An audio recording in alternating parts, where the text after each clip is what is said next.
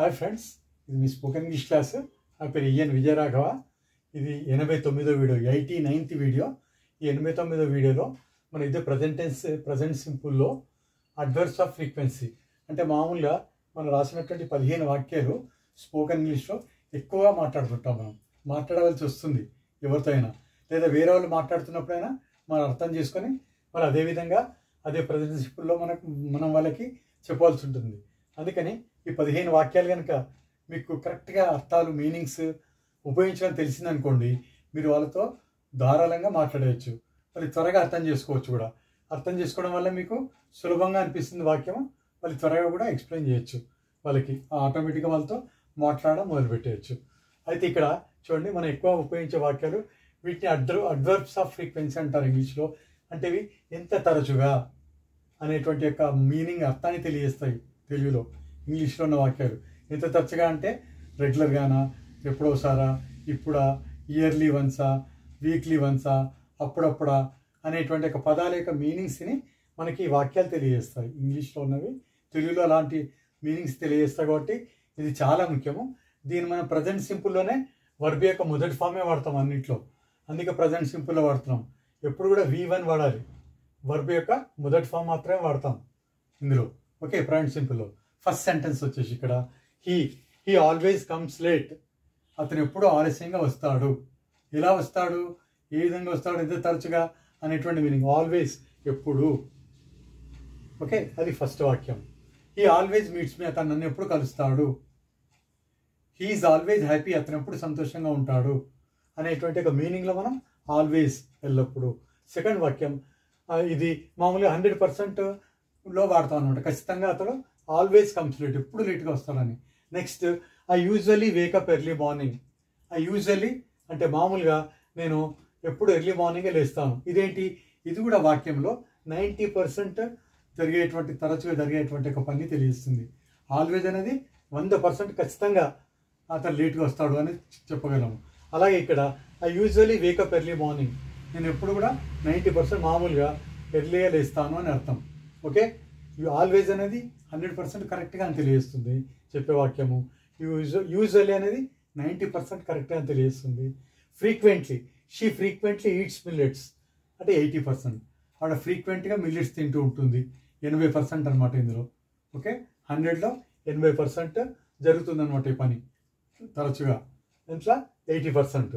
Okay, next వచ్చేసి fourth వచ్చేసి they often meet మీ, వాళ్ళు నన్ను కలుస్తూ ఉంటారు. ఆఫెన్ అప్పుడప్పుడు అనుకోండి, ఎప్పుడోసారి అనుకోండి. 70% కరెక్ట్ అనమాట. 70% కలుస్తుంటారు 100లో వాళ్ళు, అలాగనమాట. They often meet me. Next fifth వచ్చేసి you sometimes go for a morning walk. Sometimes అనేటువంటి ఒక పదము 50% ఛాన్స్ తెలియజేస్తుంది. తరచుగా మీరు 50% మాత్రమే, అంటే 50% some times go for a morning walk. Morning walk 50% వెళ్తారనమాట. వాళ్ళు చెప్పే వాక్యంలో 50% ఛాన్స్ ఉంది మనం చెప్పేది. ఎలా చెప్తున్నాం మనం, you sometimes go for a morning walk. మీరు సమ్ టైమ్స్ మార్నింగ్ వాక్ వెళ్తారు. సమ్ టైమ్స్ అంటే నాట్ 100%, 50% మాత్రమే వెళ్తారు మీరు, అంటే సగం రోజులు అలాగే వెళ్తారని అర్థం meaning.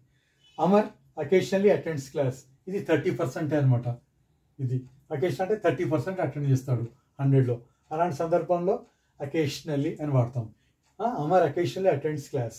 Okay, Amar occasionally meets me అంటే 30% కలుస్తాడు 100కి, అంటే చాలా తక్కువ అని. Next, Deepa seldom watches movies, అంటే దీప చాలా తక్కువ సినిమా చూస్తుంది. అది ఎంత, 10% అనమాట ఛాన్స్. అంటే మామూలుగా చూడగానే అర్థం 90%, 10% మాత్రమే చూస్తుందంటే చాలా అరుదుగా చూస్తుంది. అరుదుగా అనే మీనింగ్ సెల్డమ్ అనే యొక్క పదం మనకు తెలియజేస్తుంది. సెల్డమ్ అంటే ఏంటి, అరుదుగా, చాలా తక్కువగా అనమాట.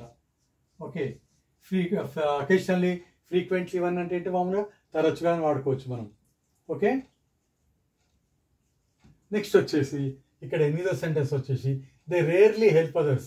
రేర్లీ అంటే ఇది కూడా చాలా తక్కువ, 5% అనమాట. సెల్డమ్ కంటే తక్కువ. రేర్లీ అంటే చాలా తరచుగా, చాలా అరుదు అనమాట. చాలా అరుదుగా అనేదాన్ని మనము ఎప్పుడు కూడా దే రేర్లీ హెల్ప్ అదర్స్, వాళ్ళు వేరే వాళ్ళకు చాలా తక్కువగా హెల్ప్ చేస్తారు. దే రేర్లీ అటెండ్ క్లాసెస్, వాళ్ళు చాలా తక్కువ క్లాసులు అటెండ్ చేస్తారు. They rarely talk to me, వాళ్ళు నాతో చాలా తక్కువ మాట్లాడతారంటే 5%, 95% మాట్లాడే ఛాన్సెస్ లేవన్నమాట. అలాంటి సందర్భాల్లో వాడతాం. 9th సెంటెన్స్ వచ్చేసి ఈ నెవర్ టాక్స్ టు మీ, అతను నాతో మాట్లాడు అంటే 0 అసలు. నెవర్ అంటే ఎట్టి పరిస్థితుల్లో కూడా అస్సలే మాట్లాడు. ఓకే, ఇలా కూడా వాడచ్చు. ఈ నెవర్ వేస్ట్ టైం, అతని సైడ్ సమయం అస్సలు వేస్ట్ చేయడు. ఓకే, అలాగా.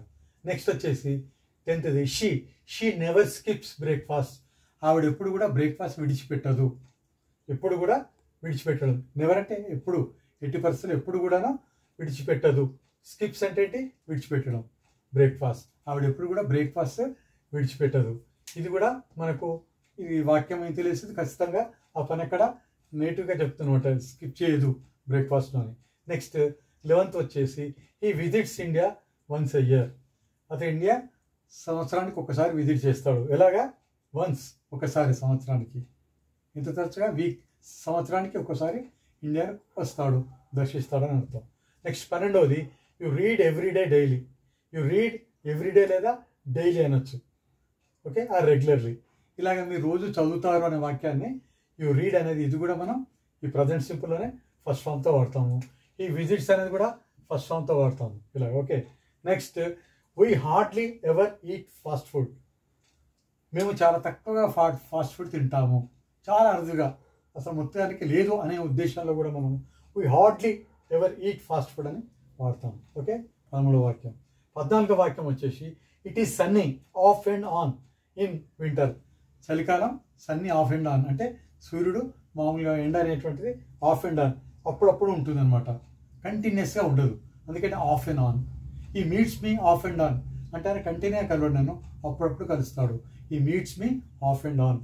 నెక్స్ట్ వచ్చేసి 15వది my friend meets me twice a week. నా ఫ్రెండ్ నేను ట్వైస్ ఎ వీక్ అంటే వీక్లీ 2 సార్లు కలుస్తాడు. My friend meets me once a week, వారానికి ఒకసారి కలుస్తాడు.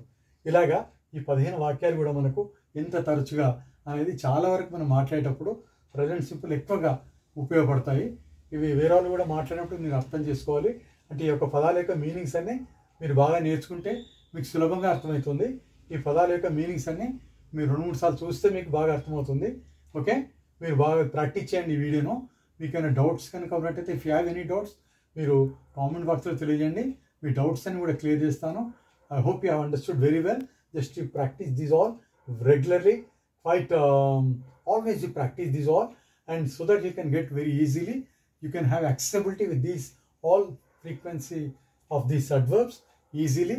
You practice well. You practice chesinattaithe I wish you all the best my dear friends, and you go through all these things. Thank you, all the best.